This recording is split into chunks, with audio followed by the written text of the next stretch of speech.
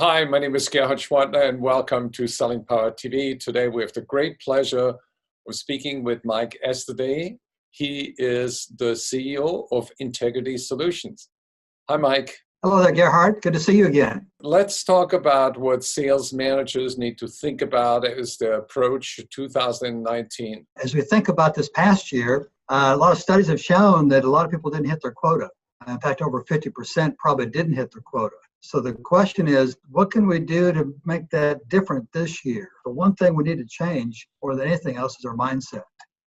What's in between the salespeople's ears has a lot to determine with how much they're going to sell, how much they believe in what they're selling, their sense of why, their sense of purpose.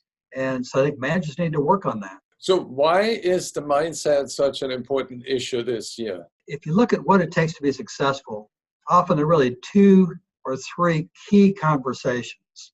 One is the rep needs to clearly understand how to communicate and have a conversation with their customer. That's a given.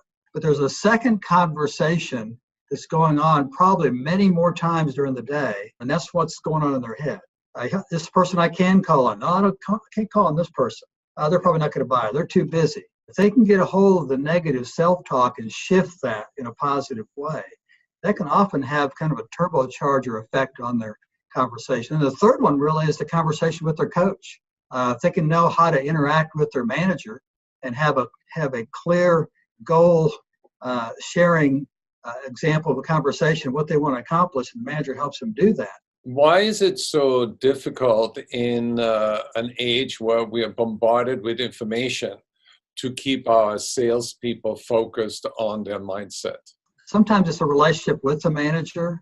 The manager really needs to create a trusting environment so that rep can tell them what really is on their mind. I mean, what are their fears? What do they want to accomplish? What do they want money for? And if the manager can get a clear focus on that, the goal is not just to sell products and services, but the goal is to help two things. One is to help customers enjoy the value of what you provide. And number two is help that salesperson reach his or her goals. So part of it is what the manager does to even think about those conversations. So what would you suggest to sales managers? Should they spend more time on coaching? It can be the leverage point in the productivity of your salespeople. By coaching, we're not just talking about performance reviews or looking at their spreadsheets or their numbers. We're talking about a developmental coaching process. You know, what's that rep want to accomplish? How can I help you get there? What kind of goals are you working on?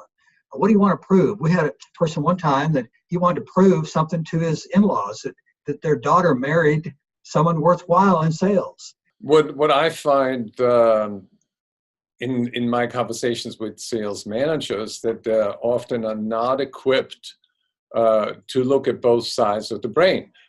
It's very easy to look at the cognitive side and look at the numbers and look at the processes, look at the technology. But there's also a second hemisphere in the brain that just deals with emotions, with feelings. And to open up a conversation with a salesperson about how they feel about themselves, about their product, about their work, about their customer, about their success, it's hard to do. It really is. And if your listeners and folks watching will think of a snowman, think of three circles. The top one's the smallest. And in that's kind of the intellectual part of us. And that's where we learn our product knowledge, we learn our math facts, we learn the details. And sales is not just logical. If it was, everybody'd be successful. They'd sell more products, they'd make more money. But the second one is a little bit bigger, and that's our feelings. Often, logic and emotion don't go together. I logically know I need to make this call, but I don't feel like it, or I'm afraid to do it, and I don't do it. And that fear and those feelings overrule the logic. But the biggest one is the bottom one, which is the largest circle, and that is our beliefs, our sense of purpose, our mental paradigms. That's kind of our I am dimension. And all of us throughout our life, Gerhard, have had successes and failures, and people have said things to us that encouraged us. Parents, coaches, bosses, whatever, that have created this, if you think about a mental paradigm, and inside this belief is where all of our actions, our feelings, our behaviors and abilities reside. We tend to not go out of those. So the key thing for a manager is to figure out where is that mental paradigm of that rep, and how can I help him or her step out of that? I think it's very good advice. How can people learn more about what your company provides? Please feel free to call us, hit our website at www.integritysolutions.com. We're glad to talk about how we help organizations around the world improve sales effectiveness and managers' coaching abilities. Well, thank you so much. I recommend that everybody goes to that website on the screen. And I want to thank you for your time, Mike.